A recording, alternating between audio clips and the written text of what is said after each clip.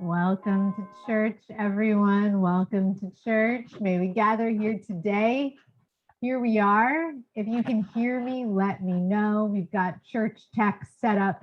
That is, I know, not ideal. So just want to make sure you can hear me okay. And if you are here joining us, gathering with us today in church, please also, today is what we call Sex Church Social. So what the Sex Church Social is a time for us to see each other's faces, to get in conversation, to ask questions, to speak about what's up this month in the community and dive deeper into it. This month we are playing with turning on another. How do we turn on the other person in front of us? How do we turn on a lover? And so we're experimenting and playing with that, and we're asking questions.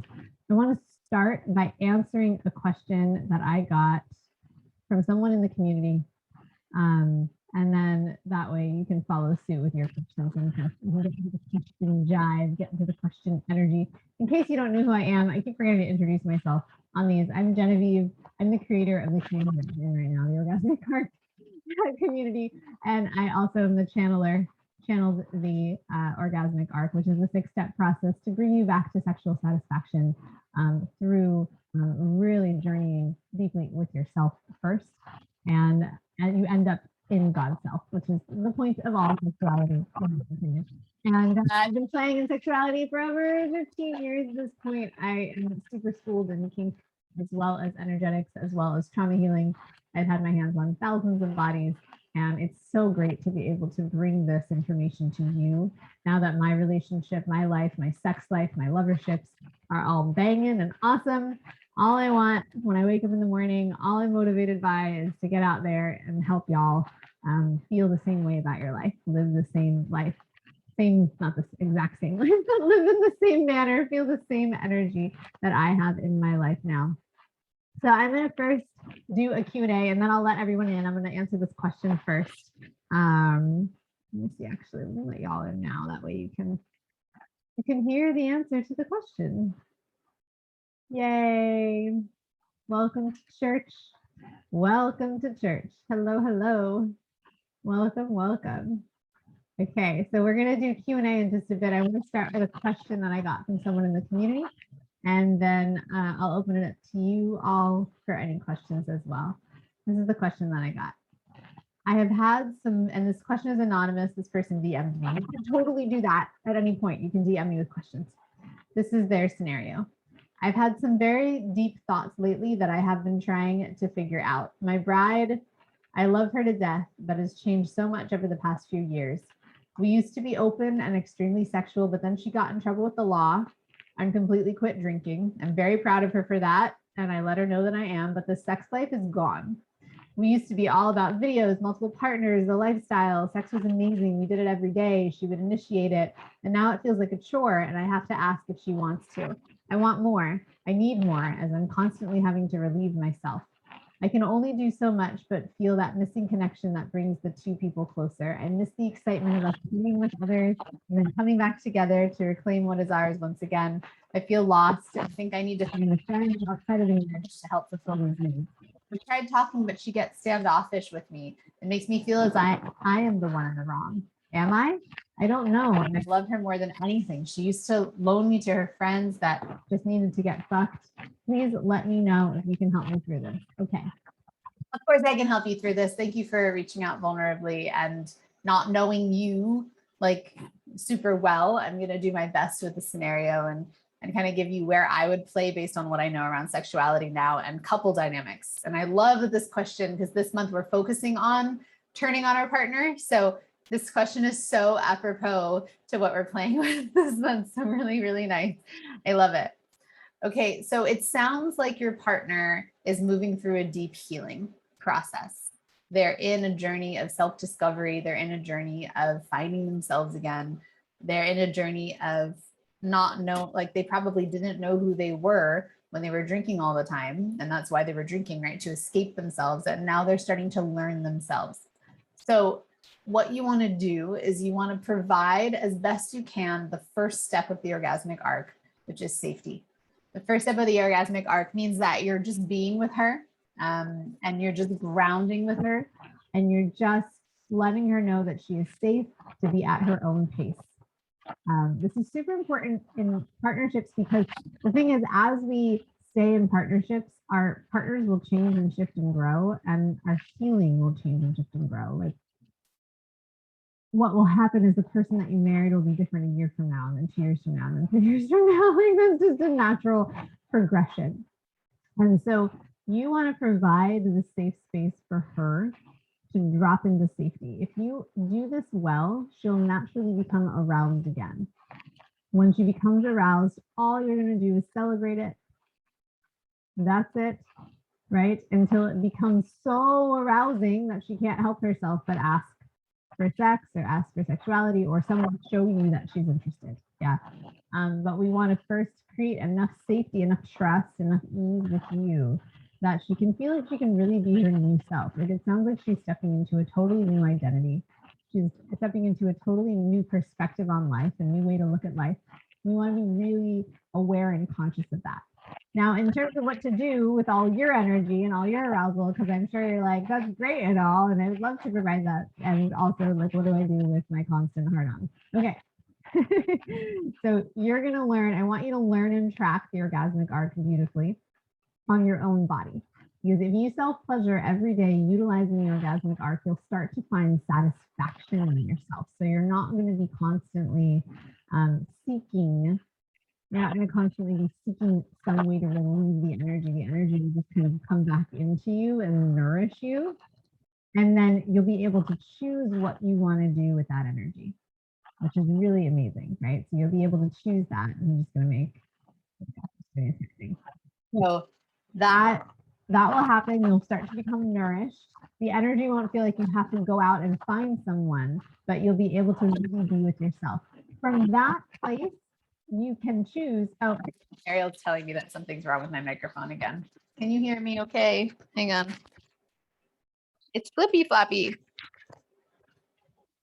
How's that, Ariel? Let me know. I don't wear enough clothes for these mics. That's the problem. We have to get like floating microphones. Okay. Someone said better sound. Thank you, Jay.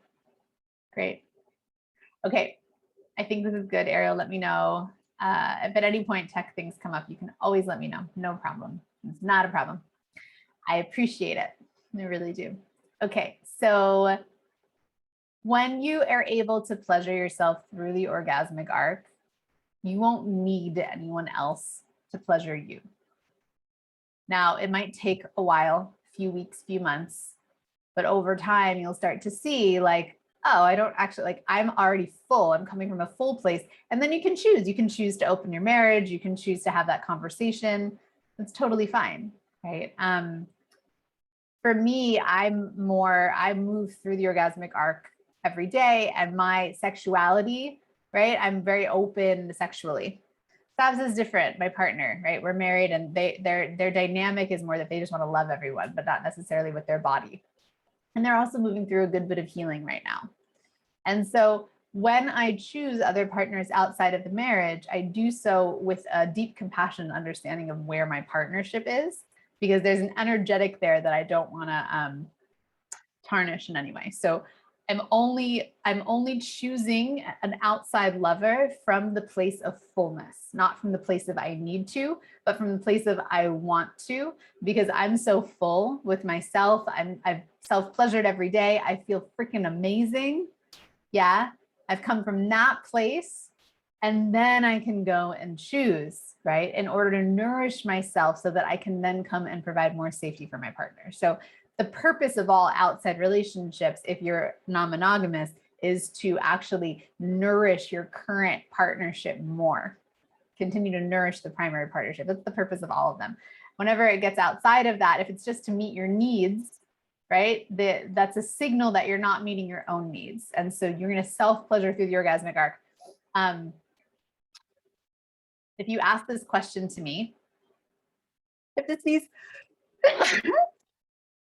ask this question to me, I highly, highly recommend going to Own Your Orgasm, which is happening right now. It's a 3-day free workshop. that I'm hosting. And it's all about how to really get the orgasmic arc in your body and self-pleasure through it. So my team will post the Facebook group link in Facebook so you can come, but I really would love for you to be there and start to understand that you satisfy yourself. You learn your own energetics in order to support and love the people around you. Yeah. Okay, that's the answer to that question. Thank you so much. What other questions do we have about other people, turning people on, or even just general questions about the orgasmic arc, relationships, spirituality? You can type them in on Facebook. You can type them in the chat, or if you're on with me live, you can unmute yourself and ask. I am here. Awesome, awesome. Great. So type those in, unmute yourself.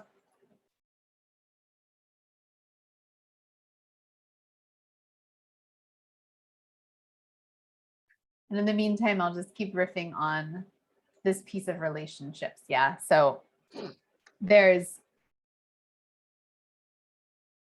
is one of the biggest things that I love to teach around how do we continue to nourish long-term relationships sexually, and not put expectations on the sexuality, but still maintain a sex life. Yeah, there's this common thing that happens where sex lives disappear when we're married, and or when we're together for a long time, no matter what it is. And then non-monogamy might happen, but that sustainability, the foundation of the original partnership starts to collapse. And so that sustainability is really key and really important. And the way that we do that is by becoming like crazy, effortlessly self-responsible. The more self-responsible you are with your own pleasure, recognizing it's you with you, you don't need anyone else. Now, when you do choose someone else, it's from a place of I want someone else, and also this is what it'll bring toward me. So it's very intentional. Everything becomes conscious. Yeah. Sexuality for the past thousands of years has been a very unconscious thing. It's been underneath, hidden and cheating and, all that's what's been around with sexuality. And the revolution, I believe, around sexuality that's happening right now is that we're making it more conscious. And in partnerships, we want to do the same thing. I want to make all of this more conscious. So it's like, hey, this just happened the other day. I met someone when I was out at a party, or more like an event. And I came home and I told Sabs that I was into like pursuing potentially something sexually with this person. And I came home, and you can probably feel it in my body. I was all like, this is okay, right? I was nervous because I love Sabs so much. And my attraction to this other person has nothing to do with my partnership with Sabs, because our relationship is incredible. And I am so proud of it. And every day I wake up next to them and I'm like, wow. And our sex life is incredible, and it is deep, and it is sacred, and it is something I will never be able to have with anyone else. The relationship that I have with Sabs, we have cultivated so deeply that it blows my mind. And if I never have anything else, I'm totally fine. The other thing, just to bring it back, if I never even have Sabs, I'm totally fine, because the relationship that I've cultivated within myself is exceptional. The relationship of me with my own body, the relationship of me with my experience of being in the world feels amazing. So I don't ever need anyone, right?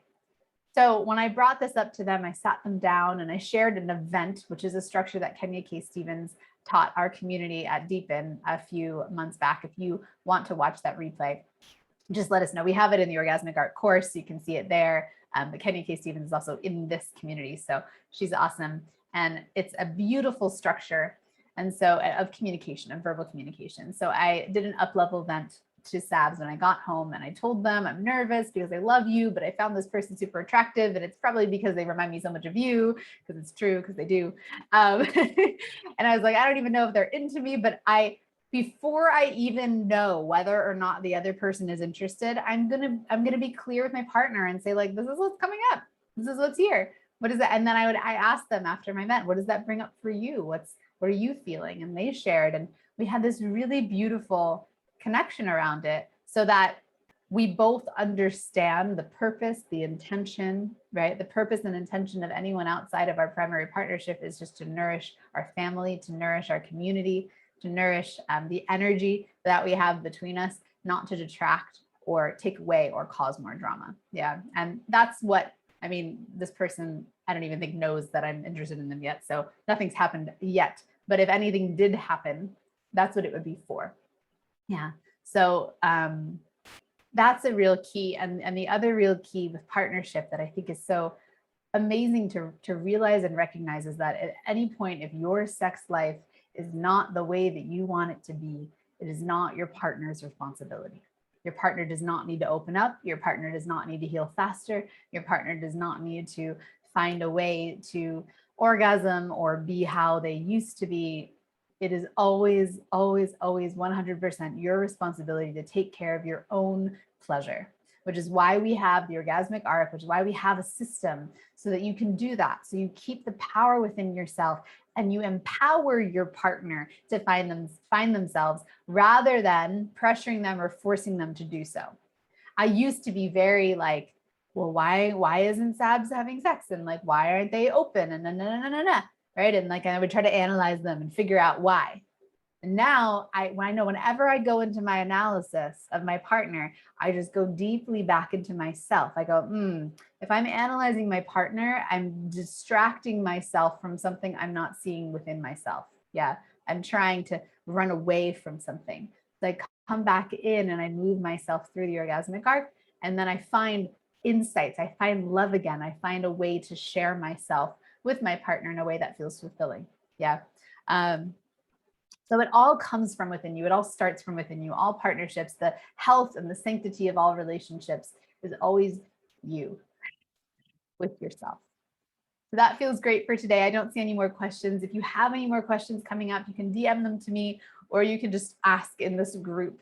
That's totally great. We do Sex Church every Tuesday at 1:30 p.m. Next week is, next week I'm going to come on again, same timing, and I'm going to be chatting about, wait for it, I'm going to share, I believe it is, yes, directionality, meeting yourself. How do we do this? When we're self-pleasuring, how do we meet ourselves? How do we alchemize our own energy through sexuality and eros? How do we actually bring ourselves out of stagnation into freedom on our own? Yeah, so I'll be there. Next week, we're calling it the apple you sink your teeth into, which sounds so delicious. Sabs came up with all these names because they used to do churchy stuff. And I'll see you there, 1:30 p.m. next week. Thank you for being here with me. Thank you for asking questions. The door is always open. Ask any questions that you need. I'm here for your pleasure. I'm here for your sexuality. I want you to find what I found in my life, the ecstatic aliveness that I live in every day. It's for you too. And I show up in these scenarios for you to find yourself over and over again. So I hope this brought something to you. Love you deeply, and I'll see you next week.